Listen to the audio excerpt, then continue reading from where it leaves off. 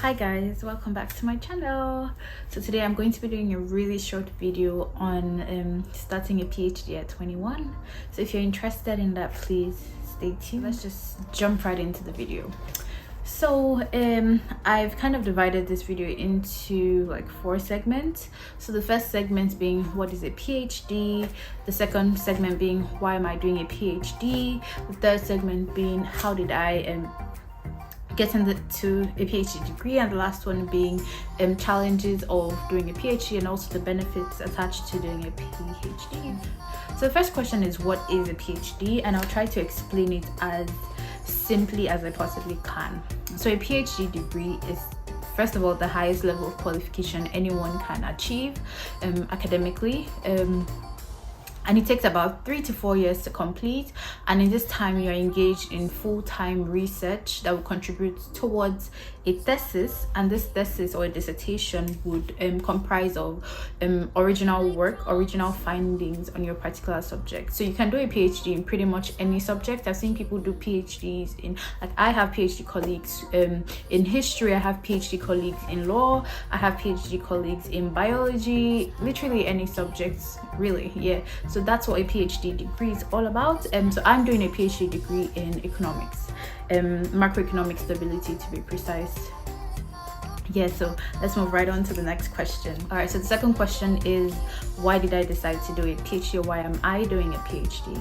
All right, so to answer that question, I'll have to take you guys back to my MSc program. So I moved to the UK in 2019 to do an MSc, a master's in applied economics.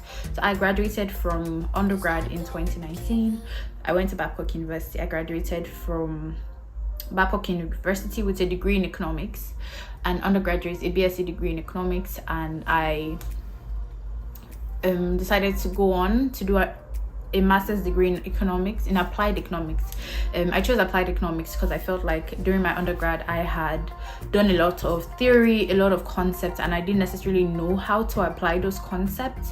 So I wanted something more applied, more hands-on, more practical to help me really just understand economics 1 and 2, the area of economics that I want to specialize in.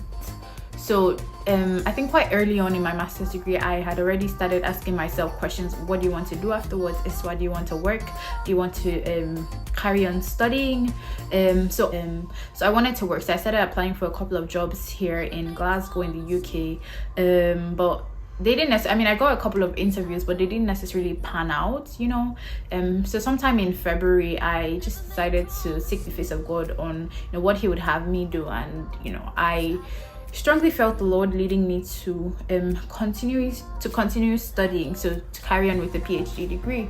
Yeah, and just also I had a really deep think, you know, just asking myself what kind of career path do I want as an economist, and where do I want to work, and just kind of envisioning into the future the career path that I want for myself, and what kind of skills would I require to be successful in that career path. Just, you know, looking forward into the future, you know, trying to pinpoint skills that I would need, coming back to the present, and just like developing those skills. So that was pretty much what I did, what led me to starting a PhD. You know, I envisioned the kind of career I wanted for myself as an economist, and identified skills that would be necessary to skills that would help me or would set me up for success in that career path. And I think another reason why I was encouraged to do a PhD was because I graduated from my master's degree at 21. That's quite young in my opinion. I don't know, you guys judge for yourself, but that's quite young for me. And I just felt like I had time carry on with a PhD degree. So I started my PhD degree at 21, and by God's grace I'll be done at 24, which is still very young actually.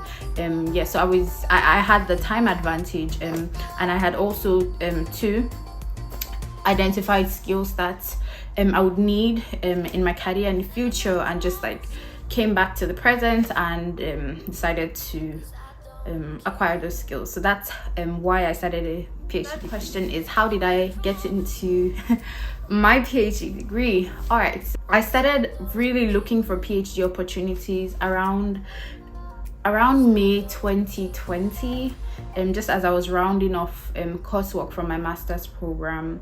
So I started looking at so I'd spoken with a couple of my lecturers in my uni, in my department, and you know, they were very encouraging. They told me to look out for opportunities on the school's website. So my school, they publish or they advertise every opportunity on the school website. So I had my eye, you know, on that, looking. So with PhD applications, you can either apply for like a ready-made PhD topic, meaning they will give you a topic and you will work on that topic, or you can come with your own topic. So you develop a research proposal and you kind of sell your topic to potential supervisors.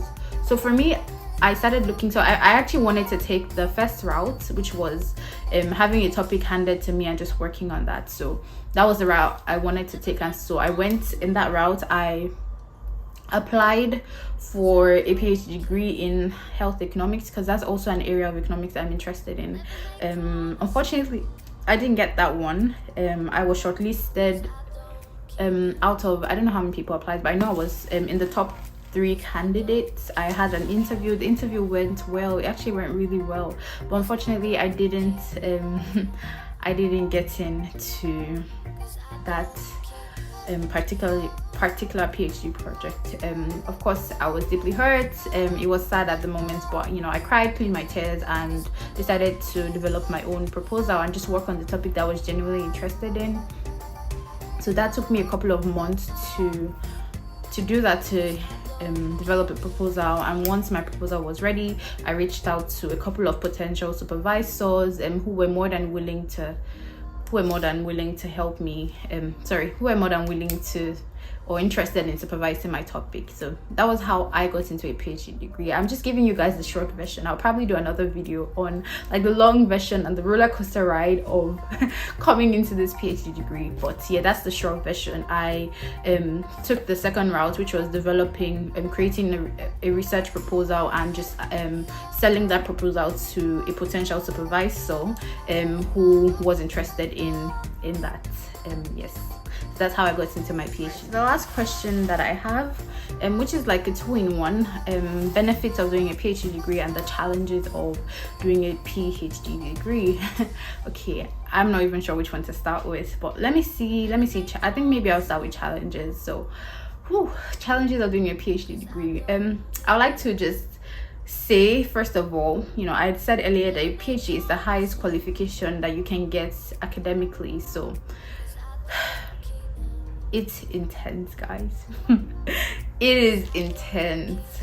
So when I started my PhD degree, you know, I was full of energy, full of spirit, you know, yes, we're gonna bag this degree, you know. But I think halfway in, I started to question myself, and I'm like, why are you doing this degree again?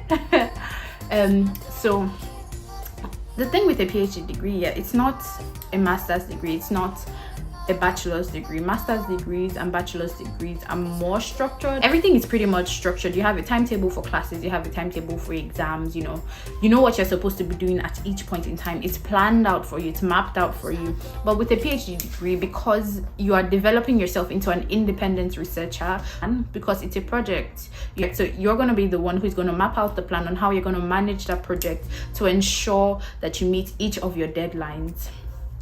Okay, so for me, it was that was a challenge for me, because I'm a very structured person. I like knowing what to do. I like knowing that, okay, from 9 to 5 this is what I'm going to do. But the thing is, with my PhD degree, it's not exactly that straightforward. Yes, so I had to like figure out, I had to map out a plan, a research plan. I had to identify deliverables. I had to set timelines for myself, because it's 3 years, and 3 years is a long time, but it's also a really short time, and it's easy to get lost in that 3 years. So you have to develop a concrete timeline on how you're going to achieve each of your deliverables, and ensure that at the end of 3 years you have your dissertation, or rather you have your thesis ready to submit and, you know, ready to defend. So that was my first challenge, just how unstructured the PhD degree was. second challenge, to be honest, I think that was my major challenge. I haven't had any other issues with the degree. I have really amazing supervisors, really encouraging supervisors. I also have, like, there's a lot, my uni, so I'm doing my PhD degree at the University of Strathclyde, and as PhD students we have quite a lot of support from, you know, so many people from our supervisors and just other people in our departments and, you know, in the faculty or in the school as a whole, you know. So that was my major challenge, just one, how unstructured it is, because I was coming as a master's student into a PhD degree. I hadn't necessarily worked for a long time in the industry, you know. I hadn't developed project management skills, let me just put it like that. Yes, so I really struggled with just structuring myself, structuring my time. I think another thing that I also really struggled with was just confidence, being confident as a researcher, being confident as a writer, and being confident about the topic that I was doing. Yes, so that was something else I struggled with, because, you know, you meet second year PhD students, third year PhD students, you know, and they're talking about all the articles, all the papers they've written, and I'm like, oh, I'm still doing my literature review in the beginning, you know. Yeah, so that was something I struggled with, because I was comparing myself to other people who had gone ahead of me, which made no sense, right? So yes, that was another thing that I really struggled with. So moving on to benefits of doing a PhD degree, I would definitely say that there are massive benefits to doing a PhD degree. Yes, it would push you, yes, it would challenge you, but believe me, you're not going to work out the same way you entered that degree. So for me, one of the benefits has just been growing as a researcher, growing in my writing, how I'm able to analyze things, how I'm able to piece things together. I've definitely grown. And one of the benefits of doing a PhD degree in the UK, or at least in Scotland, is that you have compulsory PG certificates courses that you have to do just to build up your skills as a researcher in your first year. So I did classes like literature review for business. I did classes like research philosophy, research methodology. So that kind of builds up your knowledge and your expertise as a researcher.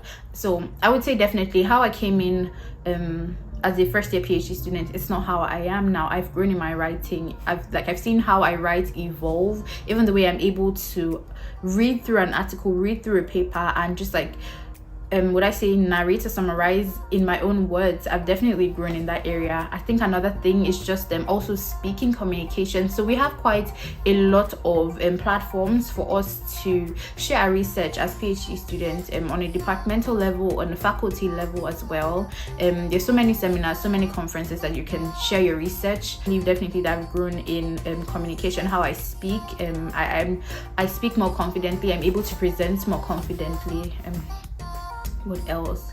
Yeah, I think those are my top two benefits of doing a PhD degree. It would stretch you, but you are definitely growing as a researcher, as a professional researcher.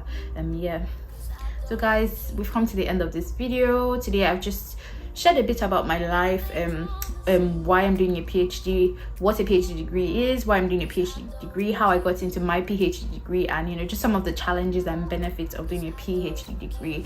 Yeah, I hope this video encourages people who are interested in doing a PhD degree. Definitely go for it. Don't be afraid. You don't have to be a genius to do a PhD degree. You just need to be hardworking. You need to be able to manage your time effectively. You need to be able to push yourself. You don't have to be a genius, I assure you.